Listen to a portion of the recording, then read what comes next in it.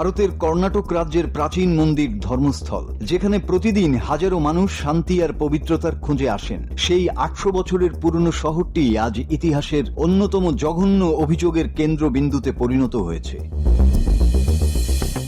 মন্দিরের একজন প্রাক্তন পরিচ্ছন্নতা কর্মীর ভয়ঙ্কর স্বীকারোক্তিতে কেঁপে উঠেছে গোটা ভারত। তিনি আদালতে শপথ করে জানিয়েছেন 1995 সাল থেকে 2014 সাল পর্যন্ত সময়কালে তাকে জোর করে শত শত মৃতদেহ কবর দিতে বাধ্য করা হতো। নারী, কিশোরী, এমন শিশুর মৃতদেহ, যাদের মধ্যে অনেকেই ছিলেন ধর্ষণের শিকার। 48 বছর বয়সী ওই দলিত ব্যক্তি এখন রাজসাক্ষী।